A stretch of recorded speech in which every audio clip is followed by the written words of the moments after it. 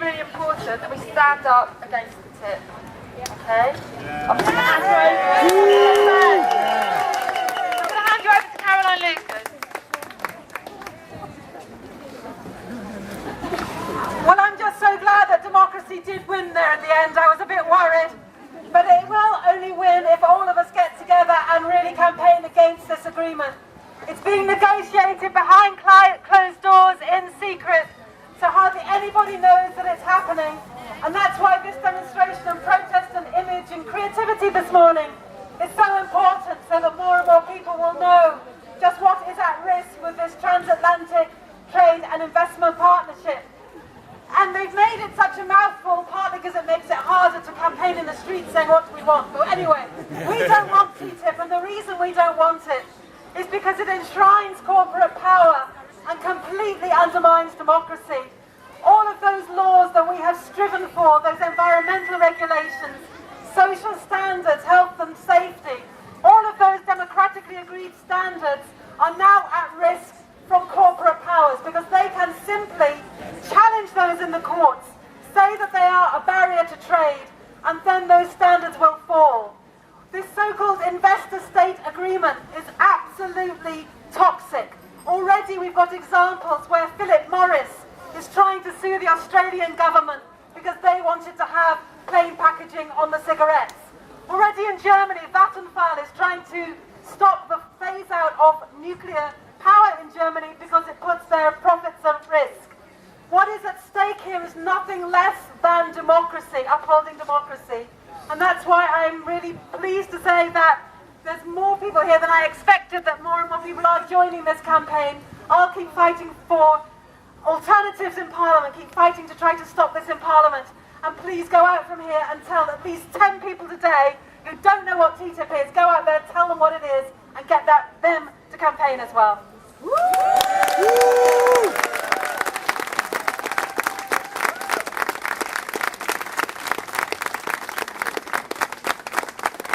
Parliament.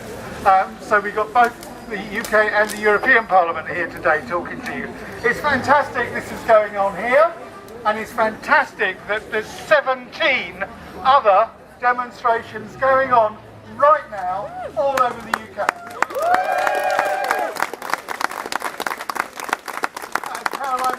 Caroline's stolen all the best lines, as usual. But the point is, she's absolutely right. This TTIP is a threat to everything. It's a threat to all our laws and our protections that we have fought so hard for. And that's why the European Greens and the Greens in the European Parliament are doing all they can to mobilise resistance, to raise public awareness, and to explain the issues. So we really, together, the consultation on investor-state protection has had to be extended because there were, I am told, 90,000 responses to the Commission. So they are realising the strength of feeling across Europe about TTIP. So congratulations, as Caroline was saying, please go out there and spread the word. I'll hear for a while longer. I've got my own briefing on TTIP, and I've got a briefing about what the European Green Party are doing as well. So please come and see me and stop TTIP. Thank you.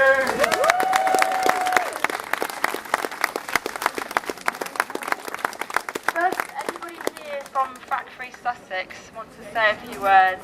Because there's a lot of campaigners here, and I think that's a really important issue as well in terms of our environmental protections. Yeah, Ellie? No pressure. Hello? Okay, yeah, I'm Ellie. I'm with Factory Sussex. Fracking is one of the main things that will be directly affected by TTIP because it will give corporations the power to sue governments that don't allow it. So everybody in the fracking movement is obviously got to have TTIP on their radar and know what it's all about. Factory Sussex at the moment is working hard. There's 3 drilling applications in Sussex. The one at Vulcan just was approved for test flow drilling. There's one in Fernhurst, which is inside the South Downs National Park. So obviously that is unthinkable to allow an heavy industrial practice to be happening inside our national park. The one at Wisborough Green is just on the border of South Downs National Park, and there is a new one just north of Worthing. So we're trying to raise awareness with the people of Sussex that we don't want our water poisoned. We get 80% of our water from the chalk aquifer, and even a 5% risk of that being contaminated is 5% too much for us. We don't want methane flaring across the county. We don't want huge, heavy goods vehicles driving toxic wastewater through our country lanes. We don't want, we don't want any of it. Basically, we say get out of Sussex. So if you have the time and energy and you've got time to help spread the word, we're working hard to get around to all the villages and all the small communities in Sussex, teach people, because basically once somebody's spent half an hour doing their own research instead of reading the front page of the Daily Mail, they pretty much start saying, what on earth is this all about? It doesn't take long to find out, using this wonderful thing called the internet, that there's a huge, huge public health effects, huge environmental effects. In America and Australia, the evidence is starting to pour out now after 10 years of this practice happening. The Pennsylvania list of the harmed now has over 6,000 names on it of people who have been directly affected with everything from nosebleeds and rashes through to brain tumours, cancer, pets dying, livestock dying, and their water poisoned. So it really doesn't take long to do your own homework and find out just how toxic this industry is. And the good news is we can stop it if we all come together. We've just come back from Australia, Bentley Protection Camp in Byronshire, New South Wales, where the community came together and said, no, we're not going to have it. And 2,000 people blockaded it. And it came to a choice of getting 800 riot police from Sydney or actually accepting the will of the people. And the people won. So it can be done. It can be done. It's numbers, it's education. We have to teach our friends, teach our neighbours. We have to spread the word. We have to talk to mums at the school gate. That's what I do. You have to talk to people down the pub, at the bus stop, everywhere you go. This is happening now. It's not something we can bury our heads in the sand about.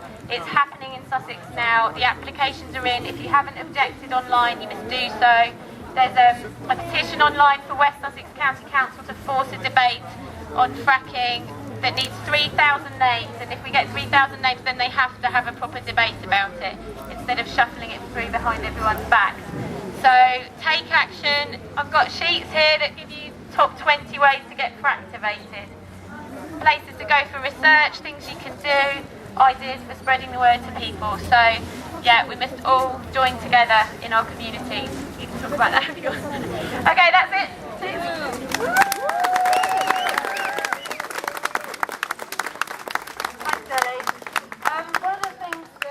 Ministers are saying about the TTIP is that it will generate 10 billion for the economy and will create loads of jobs. But actually, the report that was even commissioned by a think tank closely affiliated with Conservatives estimate that 80% of that was from deregulation, abolishing these regulations that protect us. Now, Pip Sindor is here from Brighton Left Unity. Do you want to just say a few words, Pip, about that? Yeah? All right. I'm putting everyone on the spot here, but why not? Is that all right? Can you hear me okay? Yeah, I'm here from Brighton and Hove Left Unity, but also from Brighton Benefits Campaign, who've been in existence for 4.5 years, struggling against the might of large companies, uncaring governments. Well, let's not say they're uncaring, we know who they work for. All our governments, unfortunately, except a few lucky people in South America, our governments actually, whatever they call themselves, work for big business. It's profit that runs the whole thing.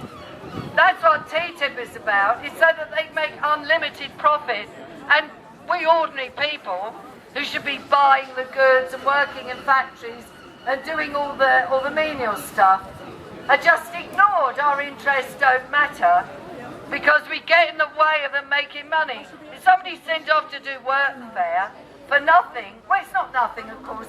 All us taxpayers, the poor more than anyone, are paying the measly benefits so they can go and work for a casino or a corporate charity or, heaven forbid, a council, or for somebody like Tesco's to save them having to pay any wages. It enables rich people to get richer, and they cut taxes, and they generally do everything they can. All the things where people say, wow, they're selling off the NHS. I wonder why they're doing that. It doesn't make any sense. Well, of course it does if you're rich, because you don't even need a public health service. You don't need publicly run, state-run schools, and you certainly don't need people telling you whether you're allowed to pollute their water supply. I don't know, maybe they all drink bottled water.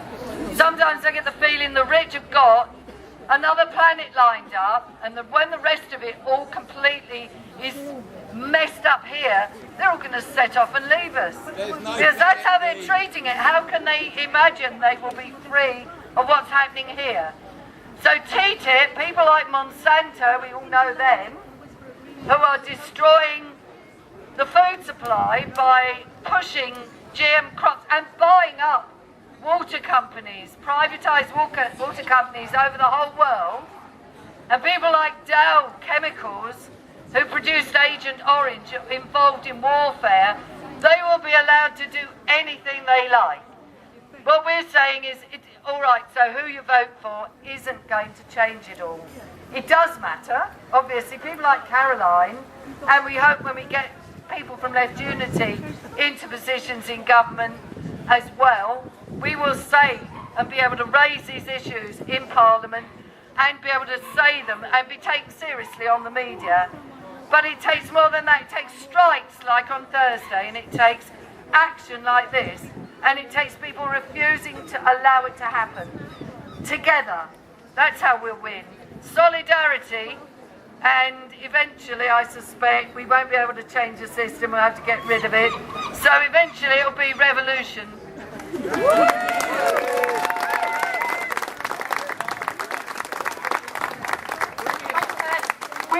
Before the other speakers come along, we're just going to gather now and start getting some photos. So how are we going to do